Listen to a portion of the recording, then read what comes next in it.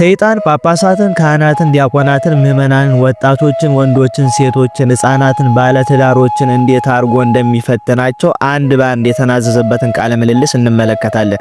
ከሰይጣን ጋር የተደረገ ቃለ ምልልስ። ዛሬ ታኅሳስ 24 አባ ጳውሊ ሰይጣንን ይዘው አንድ ባንድ ያናዘዙበት ዕለት ነው። የነሱም እረፍታቸው ነው። ይሄንን ታሪክ እስከ መጨረሻው ብትከታተሉ በእርግጠኝነት አሁን ከገባችሁበት ኃጢአት እንዴት መውጣት እንዳለባችሁ አንድ ባንድ ተረዱና ታውቁበታላችሁ። እንዲሁም ደግሞ በዓል ደርሷል ብላችሁ ጭፈራ ቤት ለጭፈራ ቤት፣ ኮንሰርት ለኮንሰርት መዞር ያሰባችሁ ወጣቶች እዛ ከመሄዳችሁ በፊት ይሄንን ታሪክ ቀስ ብላችሁ ቁጭ ብላችሁ ብታዳምጡት በእርግጠኝነት ሐሳባችሁን እንደምትተውትና ልደቱን በልደቱ ባለቤት ቤት እንደምታከብሩት ተስፋ አደርጋለሁ። እስከ መጨረሻው በደንብ አዳምጡ። ወደ ታሪካችን እንለፍ። ልዩ ስሟ ሰሎንቄያ በምትባል በምስር ሀገር እንዲህ ሆነ። የከተማይቱ ሰዎች ከሄሮድስ ወገን የሚሆኑ ኃጢአተኞችና ክፉዎች ሰዎች ነበሩ። ሴቶችም ወንዶችም ተሰብስበው በየጊዜው በየወሩ ወደ ጭፈራ ቤት የመግባት ክፉ ልማድ ነበራቸው። መነኩሴ የሆነው ቅዱስ አባ ጳውሊም እድሜው 15 ዓመት የሆነው አንድ ዲያቆን መነኩሴ አስከትሎ ከዚያች ሀገር ደረሰ። ቀኑም ሮብ ነበር። በዚያችም ቀን የሀገሪቱ ሰዎች ሴቶቹም ወንዶቹም ተሰብስበው ወደ አንዲት ጭፈራ ቤት ሲሄዱ አባ ጳውሊ ባደረበት የእግዚአብሔር ጸጋ የሰዎቹን ኃጢአት በግልጽ የሚያይ ሆነ። ከሰዎቹም አንዱን ጠርቶ ይሄን ክፉ ስራ ለምን ትሰራላችሁ? ወደ ዳንስ ቤትስ ከሚስቶቻችሁ ጋር ከልጆቻችሁ ጋር ለምን ትገባላችሁ? አለው። ሰውየውም በመኝታችን ከሚስቶቻችን ጋር አንድ እንደምንሆን በዳንስ ቤትም ከሴቶች ጋር አንድ እንሆናለን አለው። አባ ጳውሊን ማንን እንደምታመልኩ እስቲ ንገረኝ ሲለው ሰውየውን ከሄሮድስ ወገን ነን፣ የምናመልከው ከቀደሙ አባቶቻችን ያገኘነውን ጣዖት ነው አለውና ሄዶ ከዳንስ ቤቱ ገባ። አባ ጳውሊም ከእርሱ ጋር ያለውን ዲያቆን ወንድሜ የዚህ ሀገር ሰዎች ኃጢአታቸው ታላቅ ነው አለው። ሌሊት በሆነ ጊዜም አባ ጳውሊ ቀስ ብሎ ተነስቶ ማንም ሳያየው ወደዚያ የዝሙት ቤት እየጸለየ ሄደ። ከበርም ቆሞ ሰዎቹ ራቁታቸውን ሆነው ዝሙት ሲሰሩ ሲጮሁ ድምጻቸውን ሰማቸውና እጅግ አዘነ፣ አለቀሰም። ወደ ምድርም እየሰገደ እነዚህ ሰዎች ለሌሎች ኃጢአት ምሳሌ እንዳይሆኑ አጥፋቸው እያለ ወደ እግዚአብሔር ጸለየ። እግዚአብሔርም ጸሎቱን ሰማውና ሰዎቹን የሚያስታቸውን ሰይጣን ሚስጥሩን ይነግረው ዘንድ ሰይጣንን ወደ እርሱ ላከው።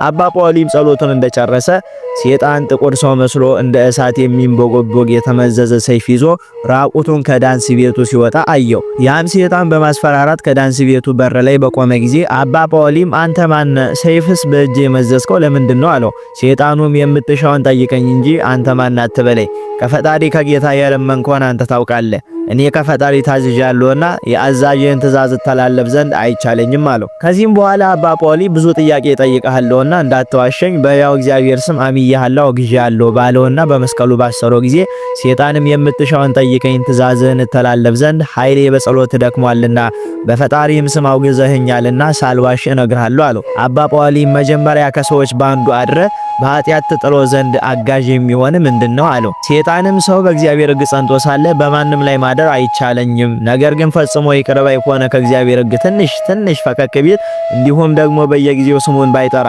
ያን ጊዜ በእርሱ ላይ ለማደር ኃይል እናገኛለን።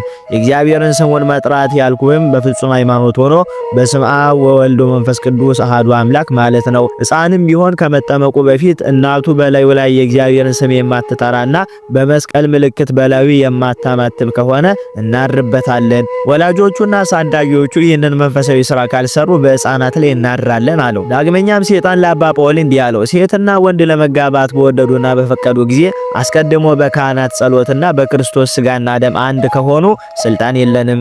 ነገር ግን ከዚህ መንፈሳዊ ስራ ቢርቁና በራሳቸው ፈቃድ ብቻ ቢጋቡ እኛ በእነርሱ ሆነ በልጆቻቸው ላይ እናድርባቸዋለን፣ እንሰለጥንባቸዋለን። ከዚያም ሰላምን እናሳጣቸውና ኑሯቸው የጠብና የክርክር እንዲሆን በመጨረሻም መለያየት እንዲሆን እናደርጋለን አለው። ዳግመኛም ሰው ሁሉ የእግዚአብሔርን ስም እየጠራ ካልጸለየ እኛ የወደድነውን ሁሉ እናደርግበታለን።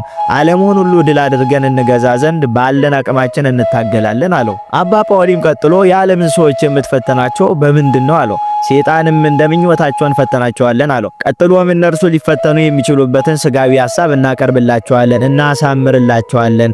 በኩራት በትምክህት እናቃጥላቸዋለን። እንቅልፍን፣ ዝሙት፣ መመኘትን እናመጣባቸዋለን።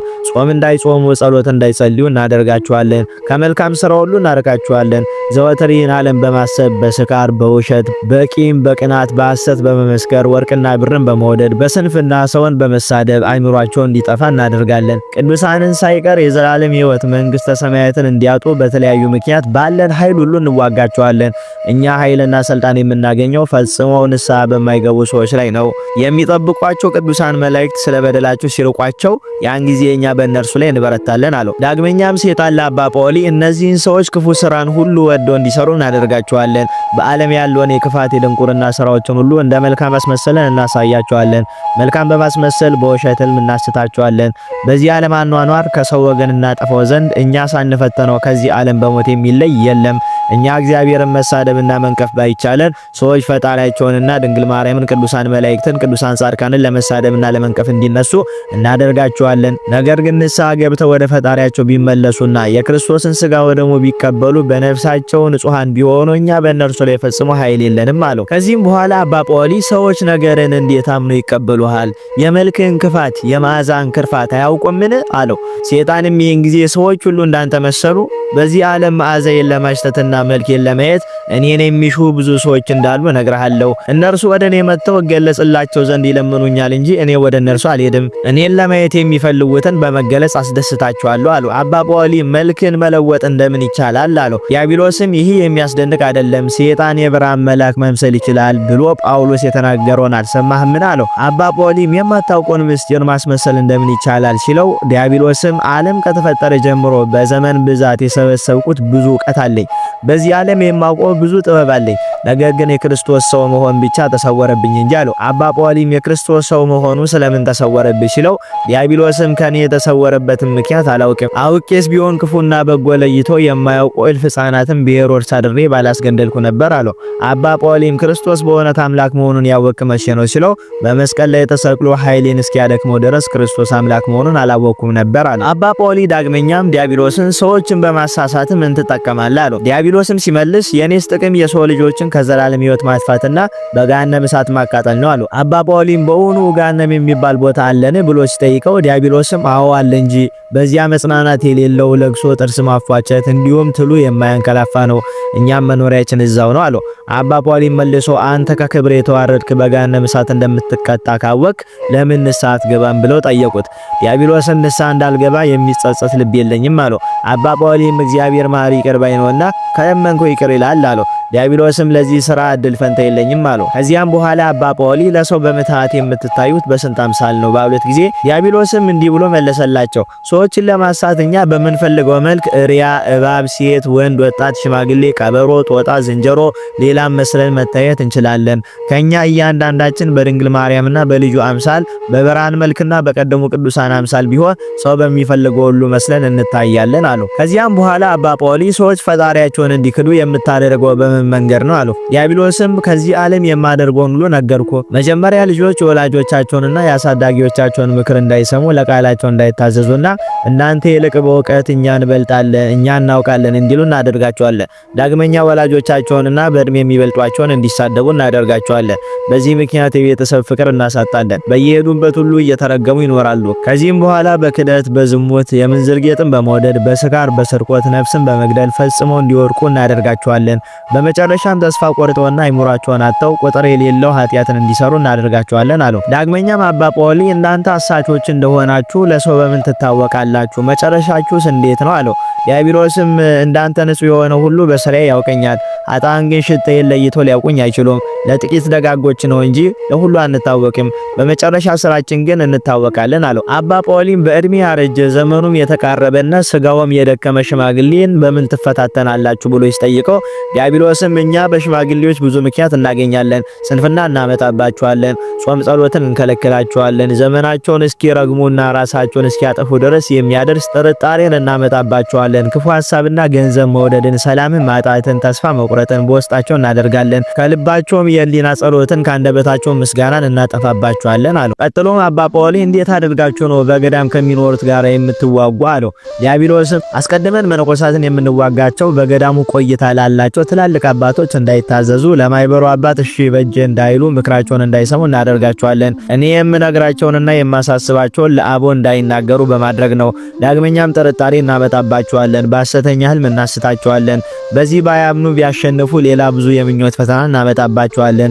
ገንዘብን መውደድ፣ የላም የጣም መብላት መጠጣትን እናስመኛቸዋለን። ያለ ምክንያት በየጊዜው ሴቶች ወንዶችን ወንዶችም ሴቶችን እንዲያውና እንዲገናኙ እናደርጋቸዋለን። በዚህም በእነርሱ ላይ ታላቅ ውድቀት አይምሮ ማጣትን እናመጣባቸዋለን። የማይጠቅም ዙረትን እንዲያበዙ እናደርጋቸዋለን። ሰውን የሚያጣሉና ነገር አመላላሾች እንዲሆኑ፣ የአባቶችን ምክር እንዳይሰሙ፣ ስራን እንዳይወዱ፣ በአኗኗራቸው በአንድ ቦታ እንዳይጸኑ እናደርጋቸዋለን። በአፋቸው እኛ ዓለምን ንቀናል እንዲሉ፣ ነገር ግን የዓለም ፍላጎታቸው በላያቸው በስታ እንዲታዩና መንፈሳዊ እውቀትን፣ ትዕግስትን፣ መረጋጋትን እንዲያጡ እናደርጋለን። ከገዳማቸው በወጡ ጊዜ ከገዳማቸው ልቦናቸውን እናረቃለን። እኛ የዚህን ዓለም ስራ ስለምናሳምርላቸው በስም መነኮሳት ሲባሉ በገዳም መኖራቸውን ፈጽሞ ይጠላሉ።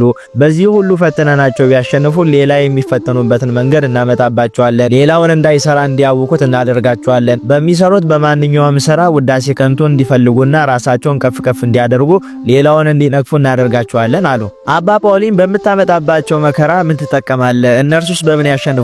አለ። ዲያብሎስን ፈጣሪያቸውን እንዳያመሰግኑና ተስፋ እንዲቆርጡ ከዘላለም ሕይወት እንድናጠፋቸው እንወዳለን እንጂ የምናገኘው አንዳች ጥቅም የለም። በምን ያሸንፏል ስለምትለኝም በመታዘዝ በትዕግስት በጾምና በጸሎት ከቂም በቀል ንጹህ በሆነ ልቦና ባለመለያየት ወንድሞቻቸውን ፍጹም በመውደድ ከዚህ ሁሉ ጋር ትሕትናን ከመንፈሳዊ ስራቸው ሁሉ ትበልጣለችና በፍጹም ሃይማኖት ትሕትናን ቢይዙ ያሸንፉናል። በመጨረሻም የክርስቶስን ስጋና ደም የኛም መርዝ ያጠፋልና እሾሃችንን ይነቅላልና ያቃጥለናል አለው። ከዚያም በኋላ አባታችን አባ ጳውሊ ዲያብሎስን ከእናንተ የተነሳ የሰው ልጅ ወዮለት አለው። ጌታችን ወጥመዳችሁን ያጥፋው ኃይላችሁንም ያድክመው አለው። ዲያብሎስም አንተ ሽማግሌ ከእንግዲህ ወዲህ ምንም አልነግርህም፣ ከዚህ ፈጠኝ ይሄድ ዘንድ አሰናብተኝ እያሉ ለመነው። አባታችንም ከዚህ የሚበዛ ብዙ የሚጠይቃለኝና አንተ ርኩስ የክፉ ሥራ ሚስጥርን ጨርሰህ ሳትነግረኝ ከኔ ትሄድ ዘንድ አላሰናብትህም።